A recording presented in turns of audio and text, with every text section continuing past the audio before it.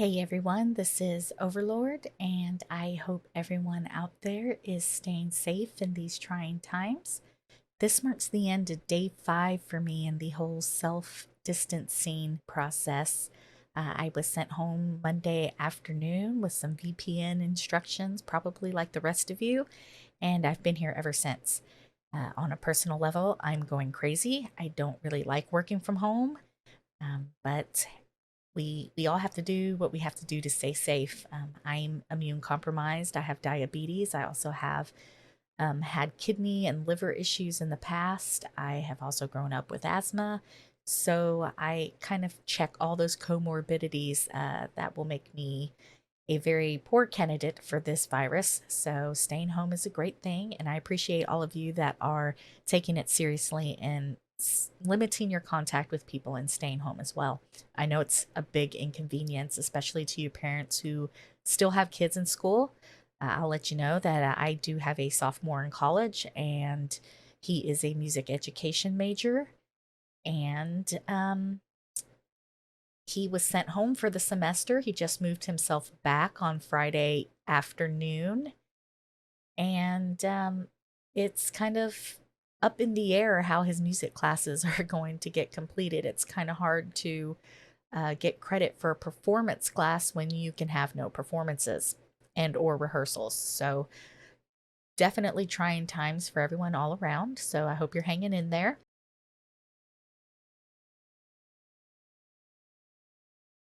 If you are a gamer or casual gamer, you may know that there were two big game releases this week, and one of them being Doom Eternal. My son has been playing that game and gives it rave reviews. I've also watched many other streamers play Doom Eternal, and it looks awesome. So if you're into that kind of shooter game, I would definitely recommend picking it up. I don't think you'll be disappointed. The other big release was Animal Crossing. I'll be honest, I have never played Animal Crossing before in my life.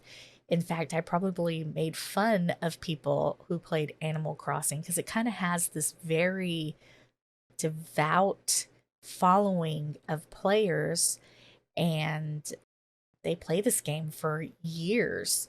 So when I saw the direct come out and I watched the direct, it looked kind of fun. So I went ahead and my husband picked me up a copy. And the name of the game is Animal Crossing New Horizons. I have played it for 2 days now. I'm not planning on really doing a review, but this is more of should I get it? Should I invest the money to purchase this game? What I see a lot of times is a big release comes out and one friend will play it and be like, "Oh, dude, you totally have to pick up this game." But the issue with that is knowing what kind of game you like playing versus the hype.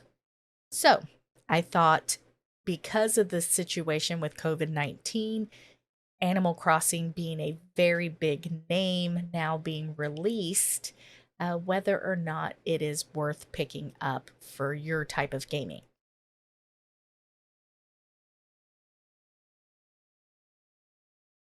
So, if you don't know what kind of game Animal Crossing is, the technical term is social simulation game. So, think Sims. If you're a fan of Sims, that is a social simulation game. You are basically stepping into the role of a digital character and assuming their life and making decisions that the game allows you to make. You're basically playing a little character in a game. So that's what a social simulation game is, and Animal Crossing is definitely one of those.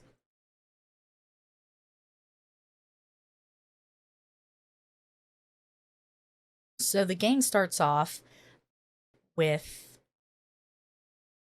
you being flown to a deserted island with the premise that you are going to build this island life from the ground up.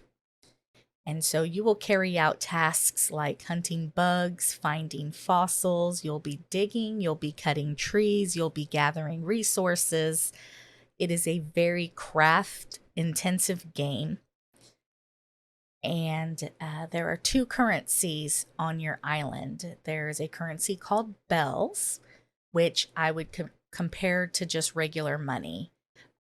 Will collect items and or gather items and sell them to the island merchant, who will then pay you bells for those items.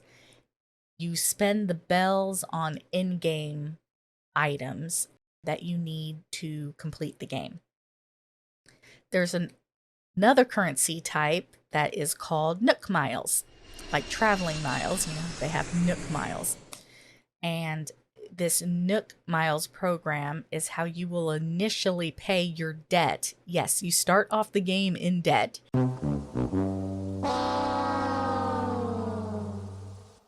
How you will pay off your debt to the island developer. And so you earn these Nook Miles by doing achievements. And so if you are a gamer or even a casual gamer, you should know most games have achievements. And so you earn these Nook Miles through these achievements, and those are typically used to purchase like game perks. These are things that aren't necessary to the game, but they make your gameplay better. So I can equate them to microtransactions, you know, when you play those mobile games or whatever, and you pay money to be able to get ahead in the game. It's similar, except you're not paying money. You are basically, your currency is doing these achievements over and over and over to earn points. And then you use those points to buy these perks.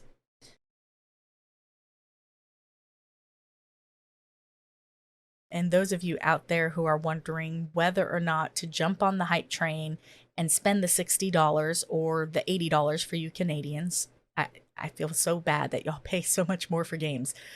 But it's $59.99 if you buy the direct download from Nintendo, and it's $79.99 for Canadians if you buy the direct download. It is a Nintendo Switch exclusive, meaning it's not on PC, it's not on Xbox, it's not on PlayStation 4. You must have a Nintendo Switch to play this game. Also, there are online features for multiplayer. There's I believe the multiplayer goes up to 8 players. So if you want to have like a online party and all manage one little island, that's possible. Then I think 4 players to do a local game. The issue is all online features, you have to have a Nintendo Switch online membership.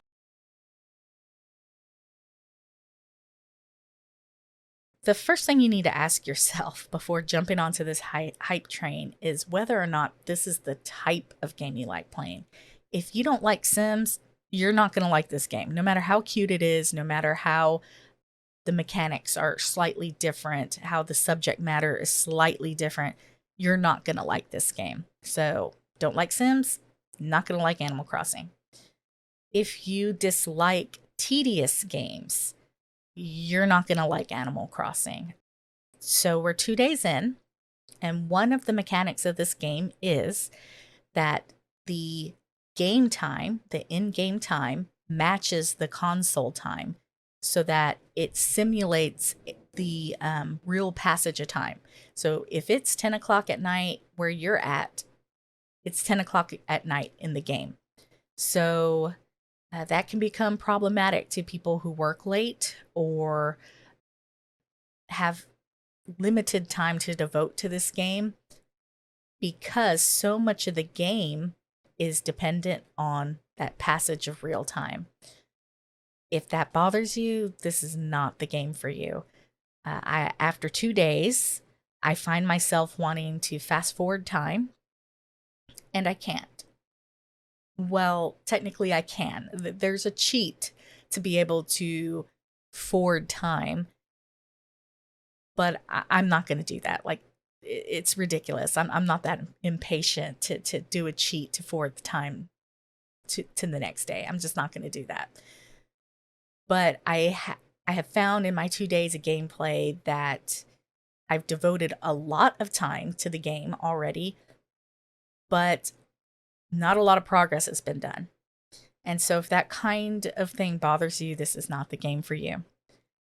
There is a lot of repetitive, for the lack of a better term, quests. And that's, I am assuming, again, not playing this game before, I'm assuming that getting started is the hardest.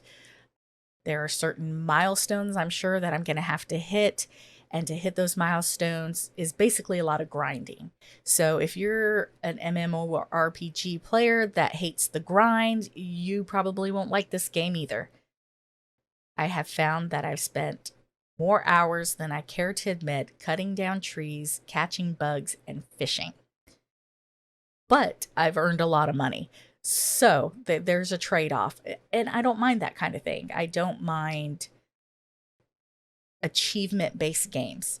So that's another point. If you don't like achievement based games where you're earning points from these achievements and then you see the same achievements over and over and over to earn points, you're not going to enjoy this game either.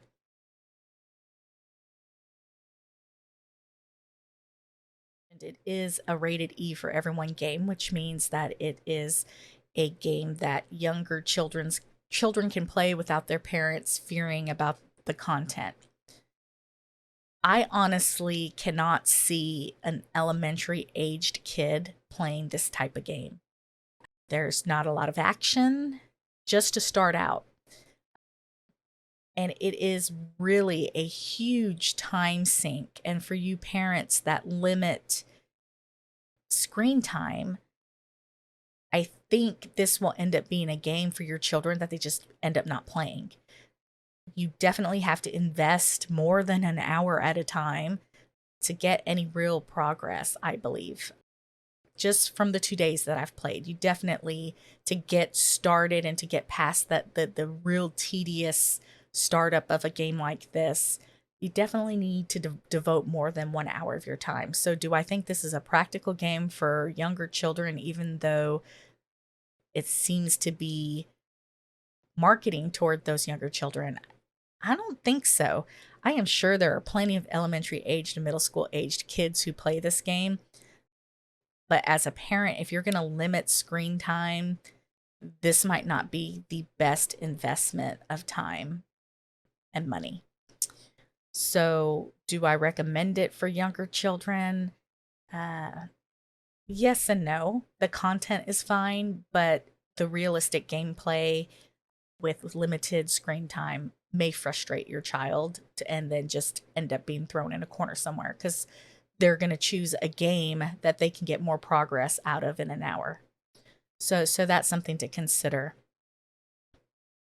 Do I recommend the game in general? Again, this depends on your gameplay. If you are not interested in having to visit this game every day to farm a certain item, this just definitely is not the game for you. I just want to say that there's a lot of negativity coming from me as far as this is not going to be the game for you. This is not going to be the game for you. And that's because I don't want any of you to invest $60 or $80 for you Canadians into a game that you play for like the first 2 days and never make it past the first 2 days. I want you to purchase a game that you're going to enjoy.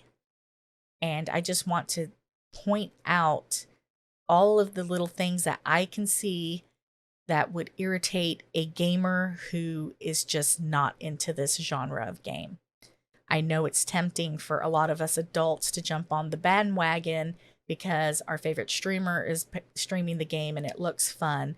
And we tell ourselves, oh, it'll be fine. But if you just are not a social simulation game person, don't pick this game up. Like it is a true social simulation game with the crafting and with the decorating and with the upgrading. And it would just not be fun for you. If you don't have the time to dedicate big chunks of time on a consistent basis, this game will not be for you.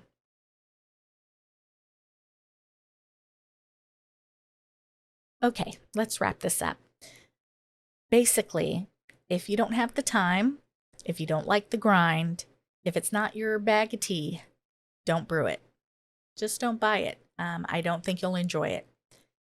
If you think that you have the time to invest and you think that this kind of grind is your cup of tea, brew it. I think you'll like it.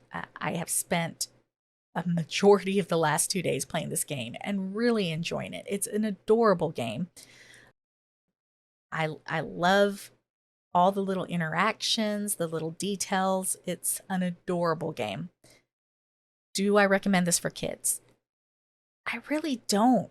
I really don't think younger kids, and I'm talking elementary age kids that have limited screen time, will really enjoy this game. But again, you as a parent know your child the best and know whether or not they have the tenacity to do the grind or whether they just like the animals. I mean, if they just like the animals and you're willing to spend the $60 for them to just play around and not really understand the content, good on you. You do you. But I think if you purchase this game and you don't take into consideration screen time and all of those other things, you might be kind of pissed that you spent $60 on a game that they're not playing. Just putting that out there. If you have any questions, I'm going to continue to play this game, but offline. So I might have tips or tricks up my sleeve. You can email me at filthycasualblog@gmail.com. You can also find all of our social media and stream times in our YouTube channel description. My husband and I stream on Tuesdays, Thursdays, and Saturdays. He's the man on the camera. I'm the person in Discord, typically our best friend. Pyropop joins us. Currently, we're streaming 7 Days to Die. That may not be lasting very much longer. We'll see. We're kind of hitting that slump, but we'll see. We'll see. So again, all of our social media and contact information should be in our YouTube channel description. You can also visit our website at filthycasualforlife.com. We'd love to hear from you. Send me an email, leave a comment. Have a good evening, day, morning, whatever it is, wherever you are, and I'll check you next time. Thanks.